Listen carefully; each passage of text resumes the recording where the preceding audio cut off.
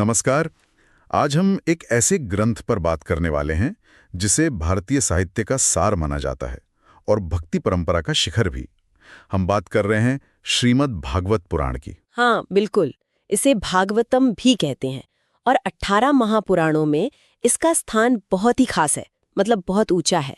और कहते हैं कि इसे महर्षि वेदव्यास ने संकलित किया है। जी हाँ, वेदव्यास जी ने। और इसे वैदिक ज्ञान का, आप कह सकती हैं, पका हुआ फल माना जाता है, एकदम सार तत्व। अच्छा, और इसका जो केंद्रीय विषय है वो तो भक्ति है ना? मतलब ईश्वर के प्रति वो प्रेम वाला समर्पण। हाँ बिल्कुल, प्रेमपूर्ण समर्पण। इसमें वैसे तो विष्णु के कई अवतारों का जिक्र है, लेकिन जो फोकस है वो भगवान कृष्ण की लीलाओं और उनके उपदेशों पर है। उनका वर्णन तो अद्भुत है इसमें। तो आज हम इसी पर थोड़ी गहराई से चर्चा करते हैं, इसके सार को, इसकी बनावट को, और खास तौर पर ये जो भक्ति का संदेश है उसे समझने की कोशिश करते हैं। जरूर, क्योंकि ये सिर्फ कहानियों का कलेक्शन नहीं है, ये असल में दर्शन और भक्ति का एक गहरा समुंदर है। तो इसकी बनावट कैसी है? मतलब कितने हिस्से हैं इसमें? देखिए, इसमें कुल 12 स्कंद हैं। स्कंद यानी कि खंड या चैप्टर्स कह सकते हैं, और श्लोक तो करीब 18,000 हैं। 18,000? काफी बड़ा है ये तो। हाँ, बड़ा तो है। हर स्कंद में अलग अलग विषय हैं, जैसे सृष्टि कैसी हुई, भूगोल, राजाओं की कहानियां, ऋषि मुनि, अवतार कथाएं, सब कुछ है। लेकिन मैंने सुना है कि इसका 10वां स्कंद सबसे ज्यादा लोकप्रिय है। हाँ, वो तो है ही। 10वां स्कंद तो भागवतम का हृदय माना जाता है। उसमें कृष्ण के जन्म से लेकर उनकी बाल लीलाएं, वृंदावन का वो पूरा रास वाला माहौल, फिर मथुरा और द्वारका की घटनाएं, बहुत ही रसपूर्ण वर्णन है। भक्तों के लिए तो वो भक्ति का एक बहुत बड़ा स्रोत है। पर ऐसा नहीं है कि सिर्फ 10वां स्कंद ही महत्वपूर्ण है ना, बाकी स्कंदों में भी खास बातें होंगी। बिल्कुल, जैसे 5वां स्कंद है, उसमें जड़ भरत की कहानी बहुत प्रसिद्ध है, वैराग्य के बारे में। 11वां स्कंद है, उसमें उद्धव गीता है, जहां कृष्ण उद्धव को ज्ञान देते हैं। तो हर स्कंद का अपना महत्व है। चलिए अब इसके मुख्य संदेश पर आते हैं। भक्ति योग, आपने कहा कि भक्ति इसका केंद्र है। हाँ, भक्ति योग। देखिए, उस समय ज्ञान मार्ग और कर्म कांड का बोलबाला था।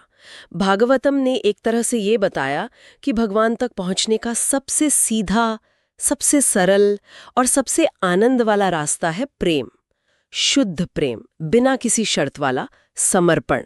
अच्छा।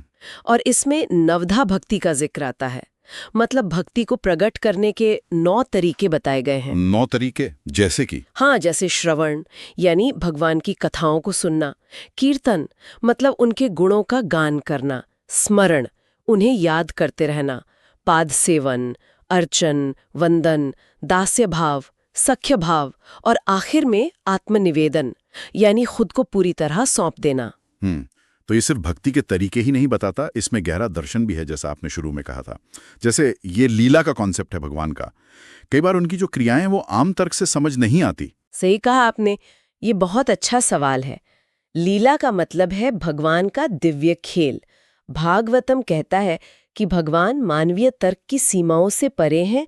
उनकी क्रियाओं का उद्देश्य भक्तों को आनंद देना होता है, धर्म की स्थापना करना होता है।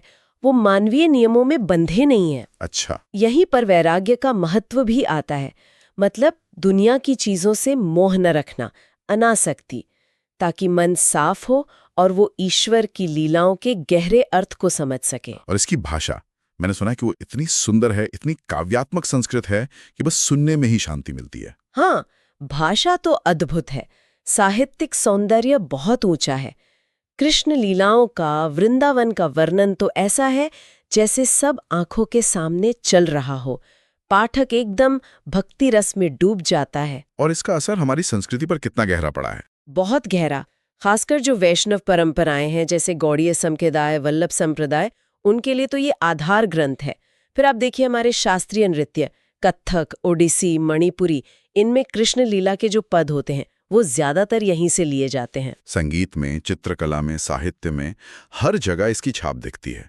आज भी भागवत कथा का पाठ और रासलीला का मंचन कितना लोकप्रिय है। तो फिर आज के समय में ये किसके लिए सबसे ज्यादा प्रासंगिक है? कौन इसे पढ़े या सुने? मेरे ख्याल से यह हर उस इंसान के लिए है जो भारतीय दर्शन को समझना चाहता है, जो कृष्ण के तत्व को जानना चाहता है, या जो भक्ति के रास्ते पर चलना चाहता है। या बस कोई भी जो अपने जीवन में थोड़ा ज्यादा प्रेम, शांति और ईश्वर से गहरा जुड़ाव चाहता है।